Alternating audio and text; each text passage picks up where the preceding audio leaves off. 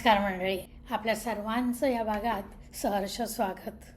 आज आपण एक प्रेरणादायी, अगदी मार्गदर्शन करणारं आणि यशस्वी होण्यासाठी काय काय करायला हवं हे सांगणारं असं एक पुस्तक आहे, ते जाणून घेणार आहोत. पुस्तकाचं नाव आहे अग्निपंख. हो, APJ अब्दुल कलाम यांचं आत्मचरित्र असलेलं हे अग्निपंख हे मराठीतलं पुस्तक. ह्याचं मूळ पुस्तक इंग्लिश आहे, विंग्स ऑफ फायर, आणि त्याचा हा मराठी अनुवाद माधुरी शानबाग यांनी केला आहे. राजहंस प्रकाशनाने या पुस्तकाची पहिली आवृत्ती 1999ला प्रकाशित केली आणि जवळजवळ 250 पानी पुस्तक हे जे आहे ते अतिशय काय म्हणतात प्रेरणा देणारं आणि त्यातून खूप खूप खूप खूप काही शिकण्यासारखं असलेलं असं हे पुस्तक आहे. APJ अब्दुल कलाम आपल्या स्वतःच्या मातापित्यांच्या स्मृतीला म्हणतात. त्यांनी या पुस्तकात असं म्हटलं आहे की माझी आई, समुद्राच्या लाटा, सोनेरी वाळू, वाटेकरूंचा विश्वास, रामेश्वरची मस्जिद, रस्ता, सर्व एकात्म होऊन बघते ती माझी आई. तू माझ्याकडे येतेस बनून स्वर्गाचे प्रेमळ हात. माझा लढण्याचे दिवस आठवतात, जेव्हा आयुष्य होते आव्हान आणि कष्ट. पहाटेपूर्वी काळोखात मैलोनमैली चालणं, देवळाजवळ संतवृत्तीच्या गुरूंकडे शिकण्यासाठी जाणं, पुन्हा चालणं दुसऱ्या शाळेत अरबी शिकायला, वाळूच्या टेकड्या चढत रेल्वे स्टेशन गाठणं, वर्तमानपत्राचे गठ्ठे उचलणे, देवळाच्या गावात लोकांना वाटणे, सूर्योदयानंतर काही वेळात शाळेत जाणं, रात्रीच्या अभ्यासापूर्वी थोड्या उद्योगाची सायंकाळ. छोट्या मुलाला या साऱ्या वेदना, आई, त्या वेदनांचे तू पवित्र आत्मशक्तीत रूपांतर केलेस. 5 वेळा गुडघे टेकवून वाकून फक्त देवाच्या आशीर्वादासाठी. प्रिय माते, तुझी बलवान निष्ठा तुझ्या मुलांची शक्ती आहे. प्रत्येकाची गरज ओळखून तुझ्यातली उत्तम तू दिलेस. तू नेहमीच देत राहिलीस, देवावर विश्वासून देत राहिलीस. मला आठवतो एक दिवस मी 10 वर्षाचा असावा. मी तुझ्या मांडीवर डोके ठेवून शांत झोपलो होतो. मोठी भावंडे हेवाने पाहत होते. पौर्णिमेची रात्र आणि फक्त तुलाच ठाऊक असलेलं माझं विश्व. आई, माझी प्रिय आई. मध्यरात्री जाग आली. गुडघ्यावर टपटपणाऱ्या तुझ्या अश्रूंनी तुझ्या मुलाच्या वेदना तुला जाणवल्या. तुझा सांत्वनाचा स्पर्श हळूहळू त्या वेदना शांत होत्या. तुझे प्रेम, तुझी काळजी, तुझा विश्वास, त्यानेच मला शक्ती दिली.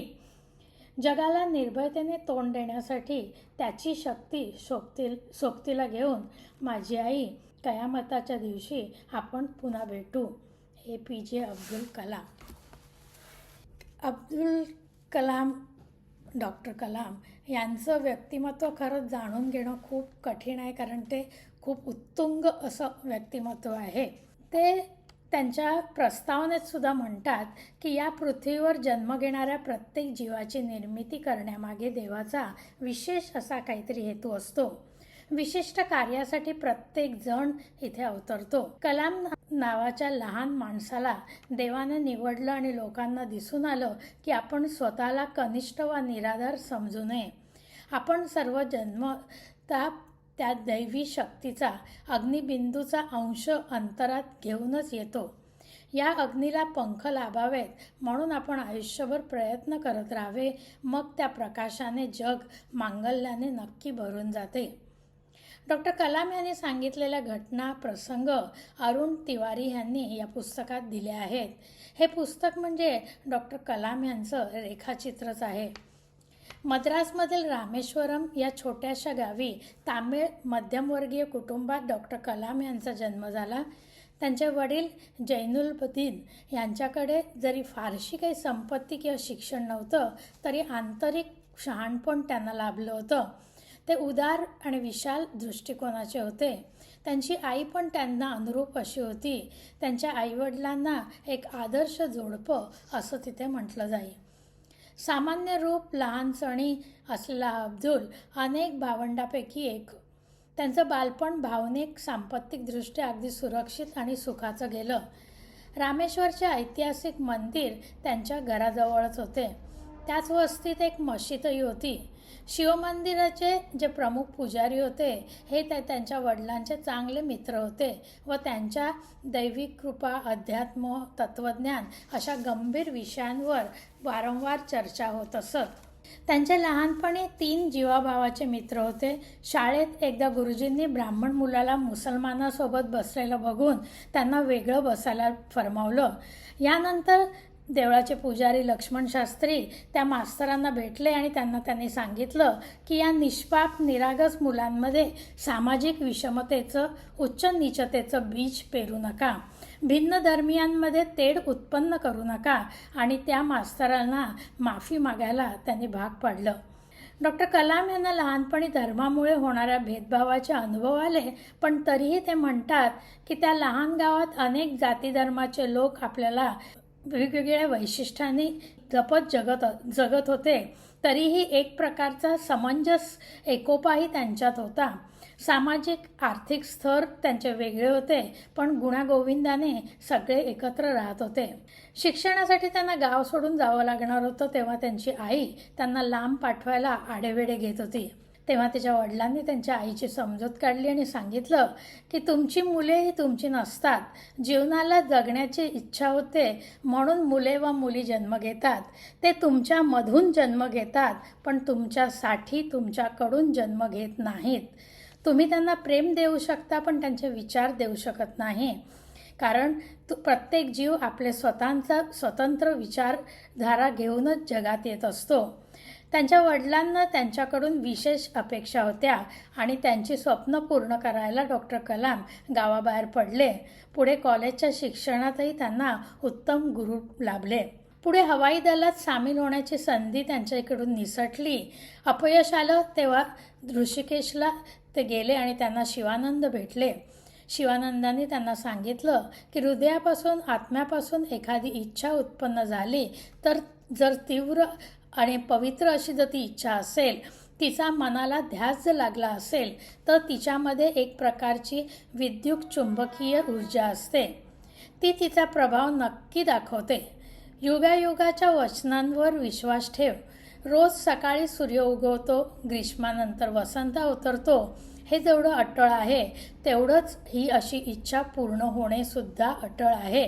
स्वामी शिवानंदांनी त्यांना नवी ऊर्जा दिली आणि अपयशातून ते उभे राहून पुढे आयुष्यात भरपूर यश त्यांनी कमवलं. अथर्ववेदाच्या 4थ्या खंडातील 16व्या ओवींनी या पुस्तकाची सुरुवात केलेली आहे. या ओवींचा अर्थ त्यांनी दिला आहे, ही पृथ्वी देवाची आहे, हे अफाट असीम आकाश त्याचंच आहे. दोन्ही अमर्याद समुद्र त्याच्याच हृदयात शांत होतात आणि तरीही लहानशा तळ्यात सुद्धा तो असतो. पुस्तक एकूण 5 भागात विभागलं आहे. पुस्तकाची सुरुवात त्यांच्या जडणघडणाच्या काळात म्हणजे 1931 ते 1963च्या काळाने सुरू होते. डॉक्टर कलाम यांचा जन्म 15 ऑगस्ट 1931 रोजी झाला. 1981मध्ये त्यांना पद्मभूषण या सन्मानाने सन्मानित केलं गेलं. भारताचं स्वतंत्र रॉकेट सोडण्याचं त्यांचं स्वप्न त्यांनी सत्यात आणलं. अपयशातून यशासाठी प्रयत्न करायचं त्यांनी त्यांच्या टीमला सुद्धा शिकवलं. डॉक्टर कलाम यांना तर मिसाईल मॅन असं म्हटलं जातं. 2002मध्ये ते भारताचे राष्ट्रपती झाले. अग्निपंख हे पुस्तक आपल्याला स्वप्न पाहायला शिकवतं. आयुष्यात यशस्वी होण्यासाठी 3 महत्त्वाच्या गोष्टींची गरज असते असं म्हणतात. पहिली गोष्ट म्हणजे महत्त्वाकांक्षा असायला हवी, दुसरी म्हणजे तिचा ध्यास लागायला हवा आणि तिसरी म्हणजे ती पूर्ण होईल याचा आत्मविश्वास असायला हवा. डॉक्टर कलाम यांनी विज्ञान आणि अध्यात्म यांना वेगळं असं मानलंच नाही. ते नेहमी म्हणत की स्वप्न बघा, कारण त्यातून विचार जन्माला येतात आणि त्यानंतर कृती घडते. सरकारी कारभारात त्यांनी बरेच बदलही घडवून आणले. त्यामध्ये कामाला आणि निकालाला महत्त्व दिलं आणि त्यांनी कामाप्रती त्यांची एवढी असीम निष्ठा होती की त्यामुळे त्यांना त्यांच्या सहकाऱ्यांकडून सुद्धा सहकार्य लाभलं. डॉक्टर कलाम हे शांततेचे पुरस्कर्ते होते. त्यांच्या मते देश शक्तिशाली झाला की शांत होऊ शकतो. राष्ट्रपती भवनात त्यांनी राष्ट्रपती भवनाची दारे सर्वसामान्यांना त्यांनी खुली करून दिली, विशेषतः मुलांना आणि विद्यार्थ्यांना. आपण देशाचा राजा नव्हे तर सेवक आहोत असे ते म्हणत. ते खूप साधेपणाने राहत. ग्रामीण भागात शहरी सुविधा पोहोचल्या तर देशाचा विकास होऊ शकतो असं ते म्हणत. देशाचे भविष्य हे वर्गातल्या सर्वात शेवटच्या मुलाच्या डोळ्यात दडलेलं असतं असं त्यांच्यातील शिक्षक नेहमी म्हणत असे. हे पुस्तक आपल्याला सांगतं की अपयश आलं तरी खचून जाऊ नका. यश म्हणजे अपयशाचा अभाव नव्हे. अपयश आलं की आपण एक दार बंद होतं, कबूल आहे, पण त्याच्याच बरोबर दुसरी दारं आपल्याला खुली होतात आणि आपल्याला संधी देत असतात. त्याकडे लक्ष द्या. कितीही मोठं झालं, या पुस्तकात आणखीन एक महत्त्वाचा संदेश असा आहे की कितीही मोठे झालं तरीसुद्धा आपली पाळंमुळं जी आहेत ती आपण विसरून जाता कामा नये. डॉक्टर कलाम हे सर्व तत्वांवर जगलेले हे त्यांचं आत्मकथन आहे. त्यातून आपल्याला हे खूप काही शिकण्यासारखं आहे. थोर मोठे शास्त्रज्ञ खरे ते. वैज्ञानिक दृष्टिकोनाने त्यांनी आयुष्य जगलं, पण त्याच्याचबरोबर त्यांनी अध्यात्मसुद्धा जोपासलं. तर ह्या एवढ्या मोठ्या थोर शास्त्रज्ञाचे अग्निपंख हे आत्मचरित्र प्रत्येकाने एकदा तरी किमान नक्कीच वाचायला हवं आणि विशेषतः तरुणांना तर ते नक्कीच प्रेरणादायी होऊ शकतं. डॉक्टर कलाम यांचं निधन 27 जुलै 2015 रोजी झालं. डॉक्टर कलाम यांचं आत्मवृत्त अग्निपंख आपण आत्ता बघितलं. ते पुस्तक खरोखर वाचनीय आहे. त्यात खूप प्रयोग आहेत.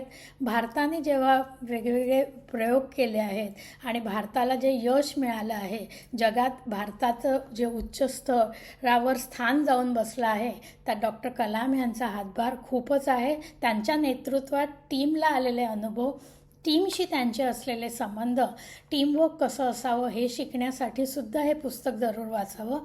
हे पुस्तक खरं तर खूप काही सांगणारं आहे. थोड्या वेळात ते कव्हर करणं कठीण आहे. मी फार कमी गोष्टी ह्याच्यात घेऊ शकले, परंतु हे पुस्तक प्रत्येकाने ते वाचूया आणि मग त्यातून आपण वेगवेगळ्या गोष्टी शिकूया. तेव्हा माझी विनंती आहे की प्रत्येकाने अग्निपंख किंवा विंग्स ऑफ फायर, मूळ इंग्लिश पुस्तक आहे ते, एकदा तरी किमान नक्की वाचायला हवं. तर मंडळी, आजचा भाग कसा वाटला? आवडला असेल तर लाईक करा, इतरांना शेअर करा. जर चॅनल सबस्क्राईब केलं नसेल तर सबस्क्राईब करा ही विनंती. आज थांबूया इथे. भेटूया नवीन भागात नवीन विषयासह. तोपर्यंत नमस्कार.